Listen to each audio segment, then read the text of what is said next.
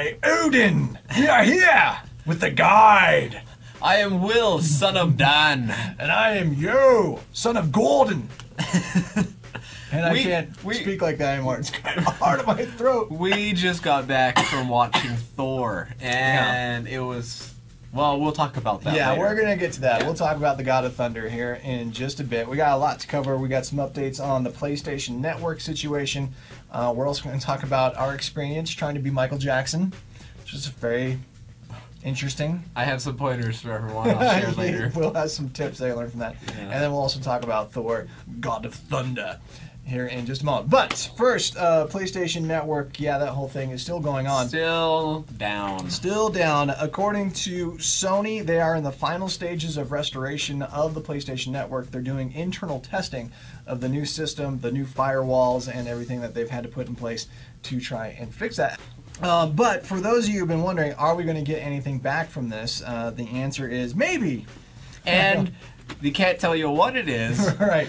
Well, here's what we do know. Yes, there is going to be compensation. Sony is going to give everyone 30 days free of PSN Plus, which I don't know how great that is, considering that this has all been broken for several weeks. But that's what they're going to give you. So you'll get PlayStation Plus, PlayStation Network Plus for 30 days, and also free downloads of, let me make sure I said this right, entertainment content. What does that mean? We don't know. Sony has said that they will highlight more specifics about that per area. So like different areas around the world are going to get different content. Apparently, we don't know what we're going to get here in the United States. So entertainment content from Sony for free due to PSN being down. Hopefully it's worthwhile content and not like, oh, here's a preview that you could watch online, but download it for free! Yeah, I don't know what they're going to do. It'll be interesting to see. And Sony has still continued to say that they have no evidence that credit card information was compromised.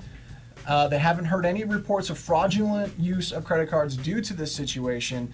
But they're still monitoring that. And the final thing they're going to do, and I thought this was pretty important, they are going to offer people who have been in the situation that they are going to give them an opportunity to enroll in an identity theft protection program for free, which is pretty smart, I think. Well, yeah, it's helpful. But after the fact, it's a little too late. The timing poses an issue. But yeah, there is no proof that credit card things have been stolen. But Sony still encourages people to keep tabs on their bank accounts, all that kind of thing, because they don't really know for sure. And with all that personal information that was taken, I think it's smart that they're willing to offer people identity theft protection for free. Seems only fair. Right, and it's probably a spawn of because there are a lot of gamers asking for free credit reports and things like that. So this is probably what Sony figured out would work best for everybody. So we'll continue to monitor that. Sony should have PlayStation Network back up before the end of the month, is what they're saying now. They're not giving any specific dates anymore. Well, let's stop here. Okay. Because last week when we did this on Sony's website said, we hope to have it up within a week. Yeah, okay. That turned into 2 weeks, which is now the end of the month. Well, obviously they're not going to rush anything as they try to test and make sure that the PlayStation Network is secure and that this can't happen again in the future. So I know that's a lot of information to digest, but that's where the PSN debacle stands, and I'm sure we're going to hear more about it at E3. Definitely. It'll have to be addressed. Now, moving on to something slightly different, a different experience. Will and I recently tried out the Michael Jackson experience for Xbox 360 and Kinect. It had already released on the Wii, and it got terrible reviews. Well, because with the Wii, it's really a boring game on the Wii. There's nothing to do. You just shake your Wiimote around. There we go. Well, I tried it on the Wii, and you can do the moves like you're supposed to, or you can just sit there and shake the Wiimote, and you get the same results. So it's not really all that compelling. And truthfully, half the time I didn't even use my Wiimote, and I still got good. So it was kind of a weird experience. Now on Kinect, it's slightly different. It's improved. I just wouldn't say greatly. I mean, what was your experience with Michael Jackson, the experience? Well, my experience was I should have stretched before I tried the experience. Will hurt himself doing this. I overextended my arm. It was very sore for a couple days. Other than that, you know, it's a good dancing game, I suppose. I don't know. I kind of didn't really like being limited just to Michael Jackson songs because a few of them are really good and dancey, but then there's all the other ones that weren't hits. The song selection was a little unique. Yeah, I would say, but there are some recognizable songs. You know what? Personally, I don't think I looked all that bad. Did it? I did. I did all right. It's because the song was called Bad. Right. Yeah. You definitely needed to beat it though because you were all over the place. Well, you just threw me in. I know. Cold turkey. Turn on the camera. Okay, dance. All right. Do something cool. Overall, I'd give Michael Jackson the Experience on Connect a 4 out of 7. That's what I would give it to. Because there are some control issues. There's some definite content issues. But for Michael Jackson fans, they're gonna dig it because it is kind of fun, right? In short spurts. Definitely a party game. I wouldn't really see anybody playing this by themselves. No. If you did, then good for you. Let's move on to Thor. Moving on to Thor, God of Thunder. Had a chance to go check that out. And what'd you think about it? I mean, neither of us are really huge Thor fans, but we enjoyed it. Right. I haven't done a whole lot of history, comic book reading with Thor, that kind of thing.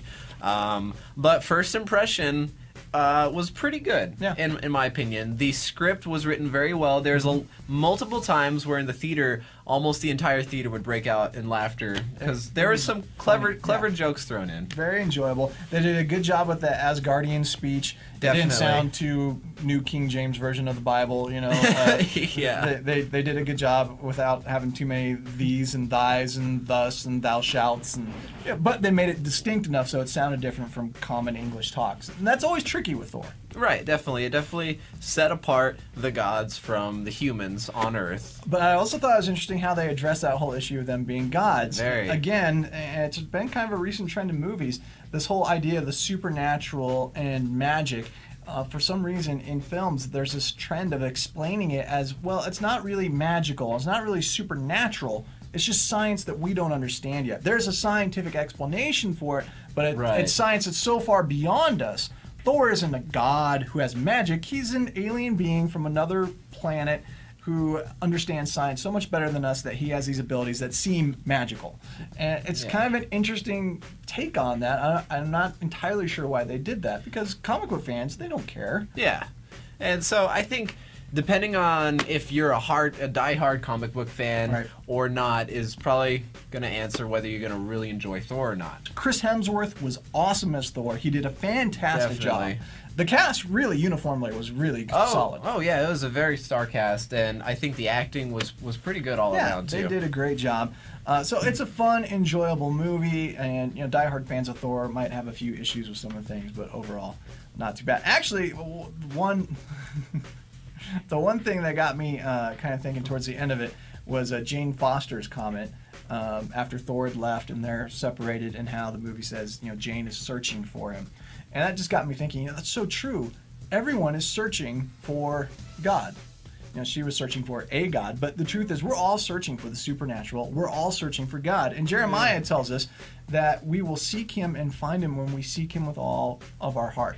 God can be found, and he is noble and heroic and almighty, kind of like Thor, but he's so much more than that. He is real and he is personal, and we can know him, and we can have God as our personal hero, which I thought was interesting that the movie brought up that idea of searching for that, despite all their scientific facade that they had going on elsewhere. Yeah, definitely. So what would you rate Thor?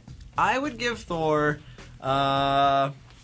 I'd have to give it, honestly, a 6 out of 7. Wow, that's pretty good. Because it kept me entertained throughout the whole movie. It made me laugh. It's something that I wouldn't be afraid to show a younger crowd. So, yeah. I would give Thor, it's slightly better than Iron Man 2, but not quite as good as Spider-Man 2 or Iron Man, if you're wondering where it ranks. And honestly, I'd probably give it a 5 out of 7. There are a few parts where I thought were kind of cheesy, some parts that looked like it was filmed on a Hollywood backlot, because it kind of was. Yeah.